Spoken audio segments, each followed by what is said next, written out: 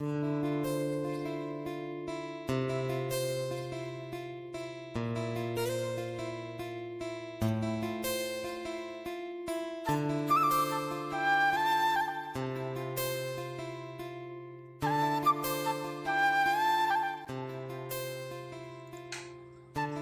Morning everyone, welcome back to my new blog.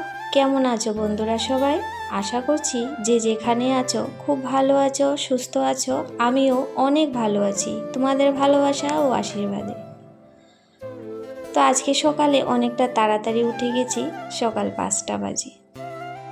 উঠেই ঠাকুরকে প্রণাম করে বাইরের একটু দৃশ্যটা দেখে নিচ্ছি। বাইরে একটু ঠান্ডা ঠান্ডা বাতাস আর কুয়াশা, সব মিলিয়েই একটা খুব ভালো সকাল। আর সকালবেলাটা যদি বাইরে একটু কুয়াশা দেখতে পাওয়া যায় আর জানলাগুলো খুলে দিলে একটু বাতাস আসে যখন, খুব ভালো লাগে। তো ঘুম থেকে উঠেই আমার যে কাজ থাকে, প্রথমে দরজা জানলা খুলে মুখটা একটু ধুয়ে ফ্রেশ হয়ে তারপর চলে যায় একটু ছাদে।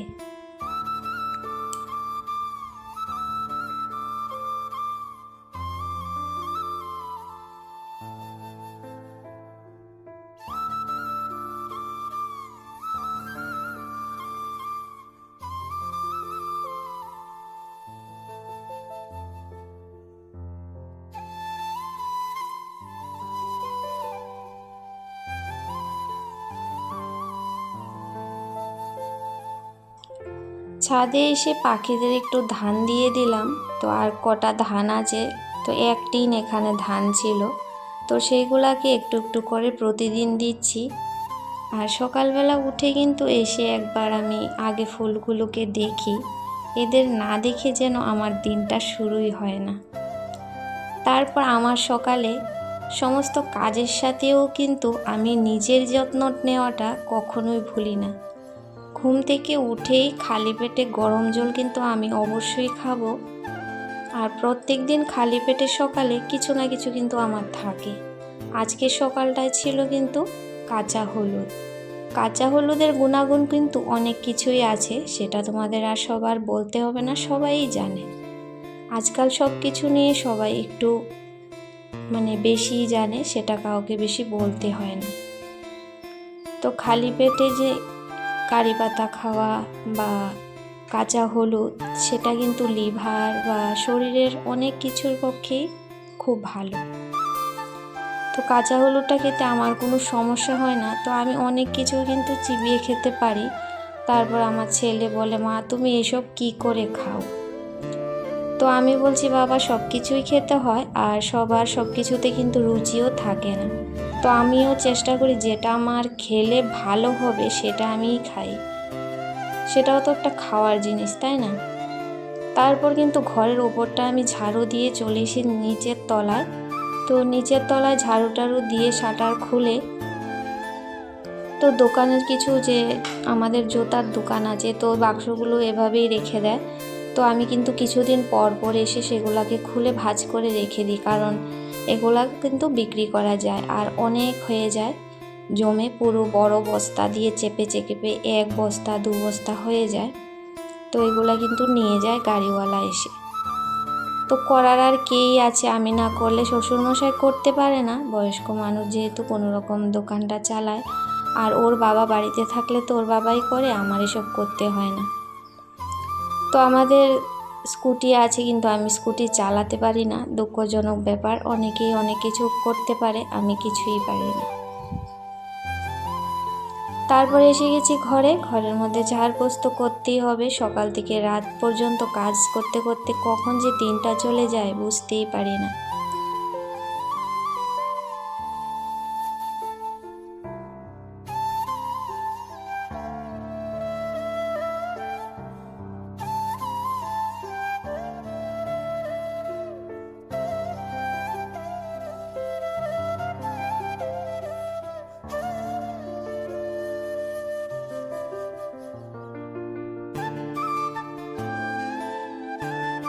তো কালকে হয়েছে তাল নিয়ে আসছিল, তো তালের বড়া করতে হবে। তো ভাবলাম যে স্নানের আগে নারকেলটা ছুলে যাই, এমনিতেও তো ঘেমে স্নান করার পর পুরো জল হয়ে যাব।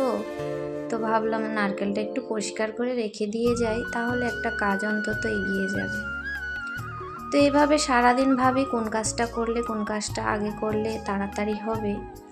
তারপর কিন্তু স্নান পূজা সব কিছুই শেষ। তারপর সবজিপাতি কেটে এখানে আমি রান্নাঘরেও চলে এসেছি।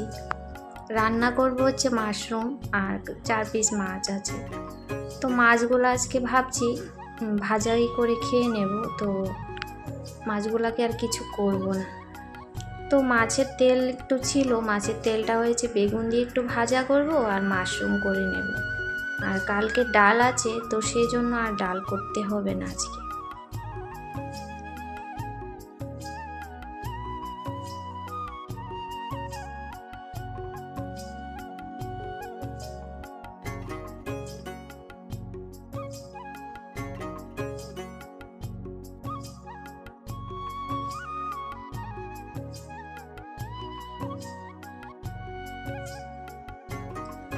তো এখানে ছিল একটা চাল কুমড়ো। তো চাল কুমড়োটাকে একদম কেটে কুকারে একটা সিটি দিয়েছি, তো সেই জন্য অনেকটাই জল বের হয়েছে। তো একটা মাছের মুড়ো ছিল, তো মুড়োটা দিয়ে হয়েছে। চাল কুমড়োটা রান্না করে নেব আর সঙ্গে মাছের তেল তো হয়েই গেছে। আর কাঁচা লঙ্কা একটু বেশি করে বেটে রেখে দিলে রান্না করতে সুবিধা হয়। তো একদিন করে দিলে প্রায় 1 সপ্তাহ চলে যায়। আর মাঝে তো 2 দিন থাকে নিরামিষ, সেই দিন আবার ফ্রিজেরটা খাই না। তো সেদিনের চেষ্টা করি যে বাটনাটা পরিষ্কার করেই রাখি, যদি পেঁয়াজ রসুন বাটা থাকে তো সেটার মধ্যে বেটে হয়েছে নিরামিষ রান্নাটাই করি। তো আমার যতটুক সম্ভব আমার শরীরে মন দিয়ে যতক্ষণ করতে পারি সেইটুকুই আমি করি। কারণ নিজের সংসার ভালোবেসে যা করব সেটাই মঙ্গল। আর মনের মধ্যে শুধু কূটনীতি বা রাগ করে করি সংসারের কোনো কাজটা কি সম্পূর্ণ আর ভালো হবে? কখনোই হবে না। ভালোবেসে কোনো কাজ যদি করি সেই কাজটাই কিন্তু সুন্দর আর পরিপাটি থাকবে। তো যাই হোক, এদিকে কিন্তু আমার রান্না বান্না আস্তে আস্তে হয়ে যাচ্ছে। আর মাশরুমটা মানে সচরাচর তোমরা দেখতে পেয়েছো খুব কমই রান্না করি, কারণ মাশরুমটা এত খাওয়া হয়নি আমাদের আগেও। তো আমি বাবার বাড়িতে 2-3 বার খেয়েছি, বানিয়েছি, কিন্তু এখানে কখনো বানানো হয়নি।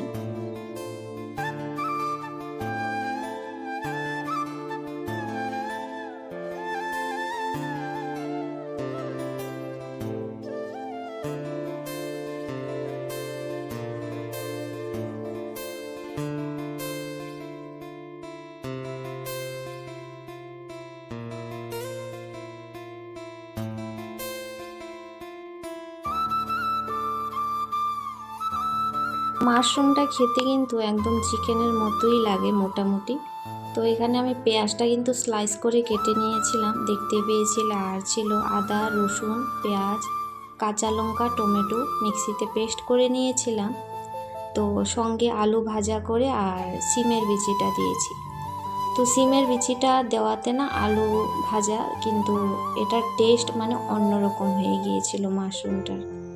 তো ঘরে অতিথিও এসেছিল, তো আমার ননদ আর ননদের বর এসেছিল। তো খেয়ে বলেছে ভালোই হয়েছে। আর এই যে দেখো আমার ছেলে, তো এরকমই করে ও মাঝে মাঝে যখন সবজি বানিয়ে রাখি একটু টেস্ট করে দেখবি। তখন ক্যামেরাটা অন ছিল, তো ক্যামেরায় ধরা পড়ে গেছে। তো মাশরুম হয়েছিল, তো বলেছিল মা আমাকে ভাত দিয়ে দাও।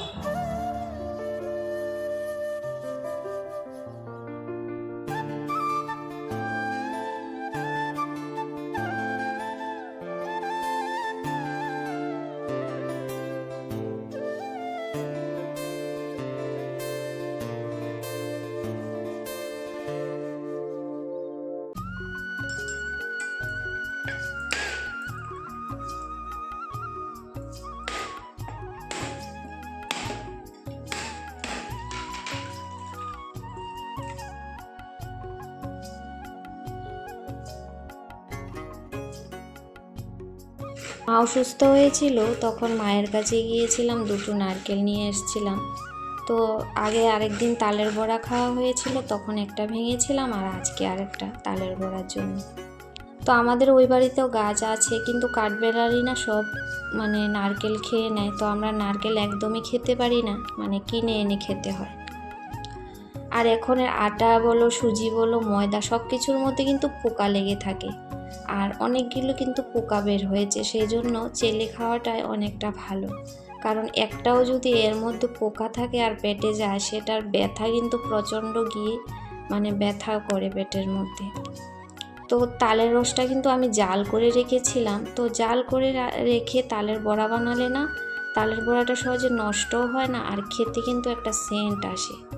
তো এটা কিন্তু আমি রেখে কমসে কম 2-2.5 ঘন্টা রেখে দেব। এটা দুপুরবেলাটায় আমি মানে তখন 12:30-1টা বাজে।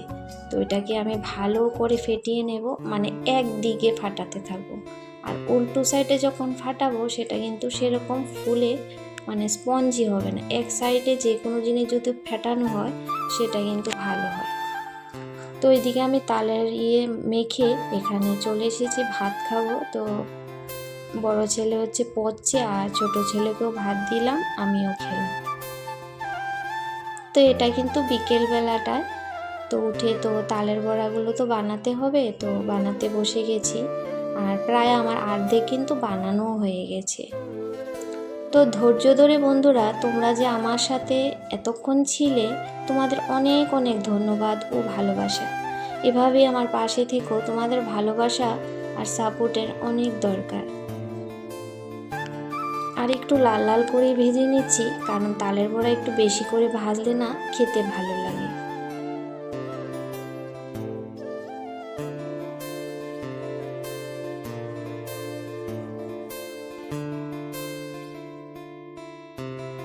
তো বন্ধুরা, ভিডিওটির কোনো অংশ যদি তোমাদের ভালো লেগে থাকে তবে একটা লাইক করে একটা কমেন্ট করে দিও ছোট্ট। আর যদি বেশি ভালো লাগে অবশ্যই সাবস্ক্রাইব করে দিও। আর এখানে কিন্তু আমার গরম গরম তালের পিঠা একদম তৈরি। সবাই খুব ভালো থেকো, সুস্থ থেকো, আবার আসবো।